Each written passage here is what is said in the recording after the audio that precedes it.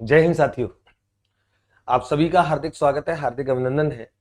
और मैंने एक खंड में योजना से जुड़े कुछ अच्छे प्रश्न लिए थे और बहुत अच्छे प्रश्नों का अभ्यास वहां किया। बहुत अच्छे प्रश्न इस टेस्ट में लेकर के भी मैं, तो हम टॉपिक वाइज एक पर्टिकुलर एक टॉपिक को लेकर के हम लोग अभ्यास कर रहे हैं। और उससे हमें सबसे अच्छी बात ये होती है कि जब उस टॉपिक को हम पढ़ चुके होते हैं और उसके ऊपर बनने वाले जो भी संभावित प्रश्न होते हैं उसके प्रकार का हमको आइडिया लगता है, तो फिर एक कॉन्फिडेंस मन के अंदर आता है। इस टेस्ट में हम कौन से अच्छे प्रश्नों के साथ हैं एक बार हम देखेंगे और अपने जो अध्याय आपने टॉपिक पढ़ रखे हैं उससे आप कनेक्ट करेंगे हर चीज को। दैनिक पाठ्य योजना के निर्माण में सम्मिलित होता है। आप दैनिक पाठ्य योजना बनाते हो, हार्वर्ड की पाठ्य योजना मैंने बताई है, पाठ्य योजना के और उपागम भी मैंने बताए हैं। ब्लूम का उपागम है, मॉरिसन का उपागम है, एनसीईआरटी का उपागम है, डीवी क्लिपेटे का उपागम है। तो उसमें हमने कौन कौन सी चीजें देखी हैं। और सबसे बड़ी बात है, पाठ्य योजना जो बनती है, पाठ्य योजना के निर्माण में क्या विषय वस्तु का चयन, प्रकरण का चयन होते ही होता है। आपको एक प्रकरण चाहिए दैनिक पाठ्य योजना के लिए, विषय वस्तु यानी कि शिक्षण उद्देश्यों का निर्धारण 100% होगा। पाठ्य योजना सारे जो बीएसटीसी बीएड बच्चे हैं उन्होंने सबने लेसन प्लान किया है। उनको पता है जब आप लेसन प्लान बनाते हो तो प्रकरण का नाम यानी कि विषय वस्तु का नाम आपको ऊपर लिखना होता है, कक्षा, कालांश, तिथि, ये सब लिखने के बाद फिर आप सामान्य उद्देश्य लिखते हैं, फिर आप विशिष्ट उद्देश्य लिखते हैं। तो इसका मतलब शिक्षण उद्देश्य का भी निर्धारण आपको करना होता है पाठ्य योजना में। शिक्षण विधियों का निर्माण, शिक्षण विधियों का निर्माण मतलब शिक्षण विधियों का आपको चयन करना होता है। निर्माण का मतलब आपको ये तय करना पड़ेगा कौन सी शिक्षण विधियां, और ये भी पाठ्य योजना के बनाते समय आपको ये तय करना होता है। उपयुक्त सभी इसका सर्वश्रेष्ठ आंसर है। यानी कि एक पाठ्य योजना संपूर्ण शिक्षण का ब्लूप्रिंट होती है। ये शब्द मैंने अपने पढ़ाने के दौरान भी लिया था। ब्लूप्रिंट का मतलब है कि आपको हर चीज तय करनी पड़ेगी। प्रकरण क्या होगा, उस प्रकरण को पढ़ाने के उद्देश्य क्या होंगे, उस प्रकरण को पढ़ाने की विधियां क्या होंगी, उस प्रकरण को पढ़ाने के लिए आप किन और प्राविधियों का प्रयोग करोगे, शिक्षण सहायक सामग्री क्या होगी, आपके प्रस्तावना प्रश्न क्या होंगे, आपके बोध प्रश्न क्या होंगे, आपका मूल्यांकन कैसे होगा, आपका गृह कार्य कैसे होगा, इस सब की योजना जो होती है ना एक कालांश की, वही पाठ्य योजना होती है। सब कुछ विस्तार से मैंने चर्चा की है उस खंड में। उपयुक्त सभी इसका सही उत्तर है। सारी की सारी चीजें पाठ्य योजना का अंश होती हैं। किस दस्तावेज में विद्यालय शिक्षा में परीक्षा प्रणाली को लचीला एवं मित्रवत बनाने का, और जिन बच्चों को मैंने एनसीएफ बताया है, पढ़ाया है, मैंने उल्लेख किया है, मेरे को एनसीएफ 2005 जो था उसमें इस बात को कहा गया कि परीक्षा प्रणाली लचीली हो, परीक्षा को, मूल्यांकन को कक्षा कक्ष के वातावरण के साथ साथ उसकी गतिविधियों से भी कनेक्ट किया जाए। यानी कि मूल्यांकन केवल केवल उसी का ना हो जो बच्चा सीख रहा है, जो पढ़ रहा है, केवल उसका ना हो, संज्ञानात्मक पक्ष का ना हो, अन्य पक्षों का भी हो, अन्य जो गतिविधियां उसके आधार पर भी मूल्यांकन हो। तो लचीला हो, समय का लचीलापन हो, प्रक्रिया का लचीलापन हो, टूल्स का लचीलापन हो। तो सबसे बेस्ट ऑप्शन है एनसीएफ 2005। कुछ कुछ बातें पूर्व के उसमें कही गई थी, लेकिन लचीला बनाने का लिटरली जो ड्राफ्ट जो दिया वो एनसीएफ 2005 ने दिया। बहुत अच्छा प्रश्न है, ध्यान रखेंगे। अगला प्रश्न है समन्वय का अर्थ होता है। ये बड़ा अच्छा प्रश्न है। समन्वय इंटीग्रेटेड स्टडी, इंटीग्रेटेड, और ये शब्द जो है इंटीग्रेटेड, समन्वित अध्ययन, इंटीग्रेटेड स्टडी क्या होगा, अमेरिकन कॉन्सेप्ट है, बेसिकली अमेरिकन कॉन्सेप्ट। और इसको सबसे पहले एडॉप्ट किया भारत में कोठारी आयोग ने। कोठारी आयोग ने इस बात को कहा कि हम समन्वित अध्ययन, समन्वित अध्ययन क्या होता है। समन्वित अध्ययन में कोठारी आयोग ने कहा कि आप किसी भी विषय को अन्य विषयों के साथ कनेक्ट करके, अंतर संबंधित करके जो पढ़ाते हैं, तो बालकों के अंदर ज्ञान का एक समग्र दृष्टिकोण पैदा होता है। समन्वित का अर्थ ये नहीं है नई कक्षाओं को एक साथ पढ़ाना, ये नहीं होता है। समन्वित का अर्थ सभी एक ही विषय को पढ़ाएं, ये भी नहीं होता है।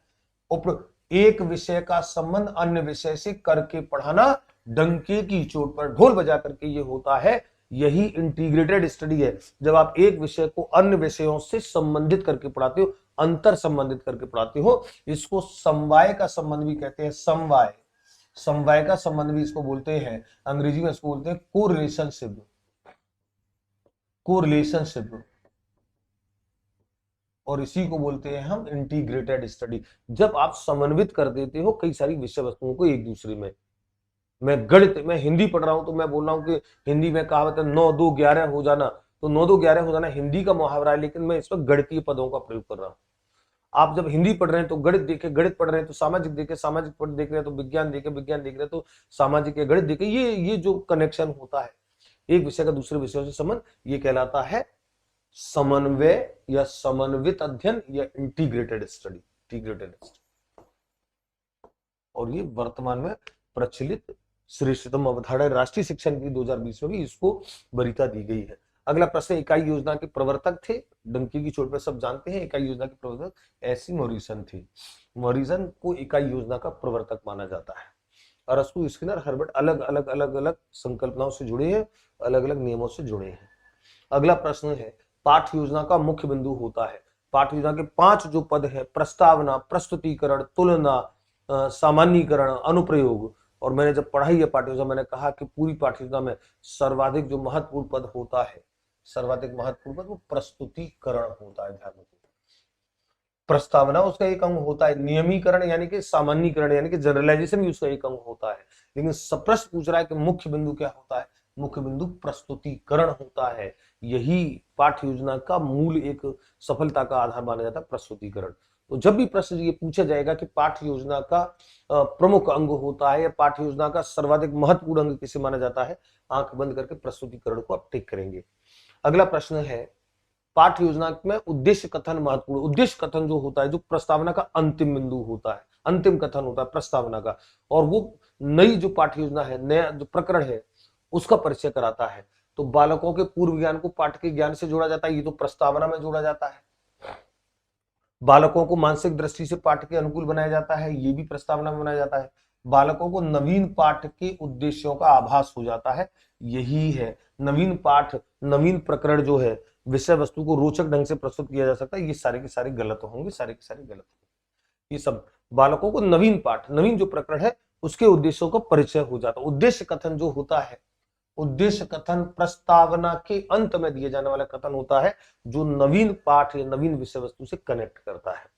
चलिए अगला है, विषय वस्तु को रोचक ढंग से प्रस्तुत किया जा सकता है। रोचक ढंग से मौलिक विचार के माध्यम से, अन्य लोगों द्वारा किए गए अनुसंधानों के अध्ययन से, योजना और अध्यापन की तैयारी से, संबंधित अनुसंधान विधि के अध्ययन से। और मैंने योजना वाले खंड में बताया है, योजना और अध्यापन की तैयारी, विषय वस्तु को रोचक ढंग से प्रस्तुत किया जा सकता है। ध्यान रखो, योजना का उद्देश्य यही होता है।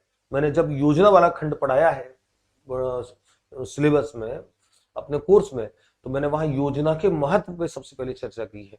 वार्षिक योजना, इकाई योजना, पाठ्य योजना तो मैंने बाद में पढ़ाई है। पहले मैंने योजना के योजना का महत्व क्या है, और वहां योजना के महत्व में मैंने एक बात बोली है कि किसी भी कार्य की सफलता के लिए आवश्यक होता है कि उसकी पहले से तैयारी की जाए, उसका एक ब्लूप्रिंट बनाया जाए। तो आप अध्यापन की पूरी योजना बनाते हो, अध्यापन की तैयारी करते हो, योजना बनाते हो, तो फिर कोई विषय वस्तु है वो रोचक ढंग से, प्रभावी ढंग से प्रस्तुत की जा सकती है। सर्वश्रेष्ठ विकल्प होगा योजना और अध्यापन की तैयारी से। अगला प्रश्न है, मॉरिसन की शिक्षण योजना का पद नहीं है। मॉरिसन की शिक्षण योजना का जो पद होते हैं 5 पद, अन्वेषण, ये पहला पद होता है। प्रस्तुतिकरण, ये दूसरा होता है। आत्मीकरण, ये तीसरा होता है। संगठन, ये चौथा होता है। संगठन, वर्णन या अभिव्यक्तिकरण, ये 5वां होता है। तो ये जो 5 पद है, 1 2 3 4, ये जो 5 पद है, दूसरा कौन सा एक पद नहीं है। अन्वेषण होते ही होता है, प्रस्तुतिकरण होते ही होता है, आत्मीकरण होते ही होता है, तुलना नहीं है। ध्यान रखो, तुलना हर्बर्ट की पंचपदी प्रणाली का है, मॉरिसन की प्रणाली का नहीं है। एक और प्रश्न मैंने देखा था, सेकंड ग्रेड की शिक्षण विधि में आया था ये, कि हर्बर्ट की पंचपदी प्रणाली और मॉरिसन की पंचपदी प्रणाली जो है 5 पद की जो है, उसमें कौन सा एक पद जो है वो कॉमन है, कौन सा पद दोनों में आता है।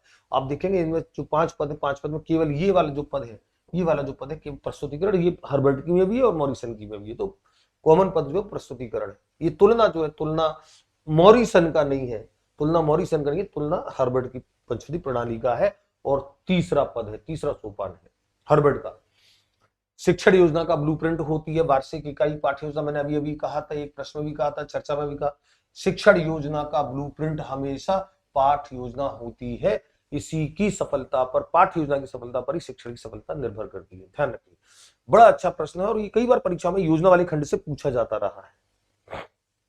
अगला प्रश्न है, शिक्षण के प्राप्य उद्देश्य। प्राप्य उद्देश्य जो छोटे छोटे उद्देश्य होते हैं, जो एक कालांश के होते हैं, निम्न में से किस योजना का आधार होते हैं? पाठ योजना, वार्षिक योजना, इकाई योजना, उक्त सभी पाठ योजना का आधार होती है। शिक्षण के जो दो प्रकार के उद्देश्य मैंने बता रखे हैं, उद्देश्य वाले टॉपिक में कोर्स में पढ़ा रखा है बहुत विस्तार से, बच्चों की समझ शानदार बनी होगी। तो ये उद्देश्य के जो दो पार्ट होते हैं, सामान्य उद्देश्य, विशिष्ट उद्देश्य। सामान्य उद्देश्य वे होते हैं जो दीर्घगामी होते हैं, जिनकी प्राप्ति लंबे समय में होती है, जो दार्शनिक और सैद्धांतिक प्रकार के होते हैं, जिनका क्षेत्र विस्तृत होता है, वो वार्षिक योजना के अंतर्गत उसका आधार बनते हैं वार्षिक योजना का। लेकिन जो प्राप्य उद्देश्य होते हैं, जिन्हें अनुदेशनात्मक, ध्यान को अनुदेशनात्मक उद्देश्य भी कहते हैं, अनुदेशनात्मक, अनुदेशनात्मक या शिक्षण उद्देश्य भी बोलते हैं, अनुदेशनात्मक उद्देश्य भी बोलते हैं। इसके 3 नाम होते हैं और 4 नाम होते हैं, प्राप्य उद्देश्य, अनुदेशनात्मक उद्देश्य, विशिष्ट उद्देश्य, शिक्षण उद्देश्य। तो ये जो उद्देश्य होते हैं वो होते हैं कि अनुदेशनात्मक, यानी कि इधर अनुदेशन समाप्त हुआ, इधर अनुदेशन समाप्त हुआ और इधर वो उद्देश्य प्राप्त हुआ। एक कालांश में गए, पढ़ा करके निकले, उद्देश्य प्राप्त हो गया। इधर आलू डालो, उधर सोना निकलेगा, इधर आलू डालो, उधर सोना, यानी कि इधर पढ़ाया और उधर उद्देश्य पूरा। वो अनुदेशनात्मक उद्देश्य होते हैं, इंस्ट्रक्शनल ऑब्जेक्टिव होते हैं, प्राप्त उद्देश्य जिनको बोलते हैं। और ये आधार होते हैं पाठ्य योजना का। पाठ्य योजना एक कालांश की होती है, एक कालांश पढ़ा करके निकलोगे तो एक कालांश के लिए जो उद्देश्य निर्धारित किया तो वो आपको प्राप्त हो चुका होगा। अच्छे प्रश्न है, इस टेस्ट में अच्छे प्रश्न है। ऐसे सब प्रश्नों का संग्रह कीजिए, मजे आ जाएंगे आपको। जितना अधिक से अधिक अभ्यास आपका होगा उतने ही आपको मजे आएंगे। चलिए विद्यार्थियों, आप लोग अच्छे से करें और अगले टेस्टों में मैं और कुछ अच्छे प्रश्नों का समावेश करके आपके बीच आऊंगा। जय हिंद, जय भारत।